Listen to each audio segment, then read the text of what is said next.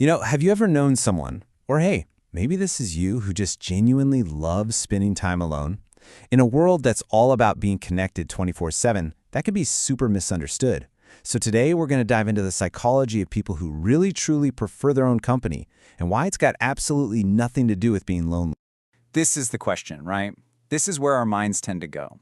We're kind of taught that wanting to be alone must be a sign of sadness or depression, or that you're just not a people person. But is that really the whole story?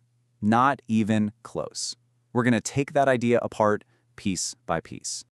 Okay, first things first, we have to draw a massive, bold line in the sand between these two things. They are not the same. Over on the left, you've got solitude. That's a choice. That's you actively deciding, I want some me time. But on the right, you have loneliness. That's a pain. It's a feeling of disconnection you don't want, even if you're in a crowded room. Think of them as night and day. So let's really get into this and redefine the whole concept. And trust me, this isn't just about playing with words. Getting this right is a huge shift in perspective that honestly changes everything. At its very core, a preference for being alone is all about choice. It's about being in the driver's seat. You're choosing your own company because you find it calming, or productive, or just plain enjoyable. It's not a symptom of being unhappy. For a lot of people, it's actually a key ingredient for their happiness. So you might be asking, why would anyone choose this? Well, the first big reason comes from the inside. It's all about having this really rich, engaging inner world that is just enough. It's completely fulfilling on its own. Let's break down what that actually means. The fancy psychological term for this is intrinsic stimulation. And really, all that means is that you can generate your own fun, your own engagement. Your mind isn't just sitting there waiting for something to happen. It's an active, vibrant place that's buzzing with ideas and interests. And this isn't some weird, abstract thing.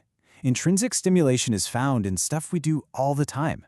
You know that feeling of getting totally lost in a good book? Or the focus you have when you're tinkering with a passion project? Or even just the satisfaction of sitting down and wrestling with a big idea in your own head? For some people, that stuff is genuinely more energizing than going to a party. Okay, so we've talked about the pull of that rich inner world, but now let's flip the coin and talk about the push from the outer world, because for a lot of people, the world out there can just be a lot. This brings us to a really interesting trait called high sensory processing sensitivity. Now, this is not a disorder, it's not a flaw, it's just a natural way that some people's nervous systems are wired. It means you take in more from your environment, the sights, the sounds, the emotions of others, and you process all of it way more deeply. And here's the perfect way to describe the effect of that. When you're processing everything so deeply, the outside world can feel, as the source material puts it so brilliantly, mentally expensive. Every conversation, every background noise, every bright light, it all has a higher cost. It's like it's draining your mental battery just a little bit faster than it does for other people. This chart just lays it out so clearly. Look at this. For someone with that high sensitivity, a quiet evening at home barely costs any energy. The battery level stays high. A busy office? Okay, that's a medium drain. But a loud concert or a big party, that can just completely wipe out your energy reserves, and you'll need a lot of time to recover. It's not that you don't like concerts, it's just that you know they come with a really high price tag.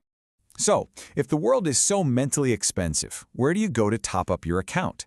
This brings us to the absolutely vital idea of home as a sanctuary, a place to decompress.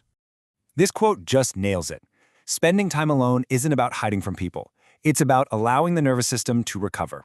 It's giving your overstimulated brain a chance to quiet down and get back to its baseline. It's literally a biological need. And this is the reframe we all need.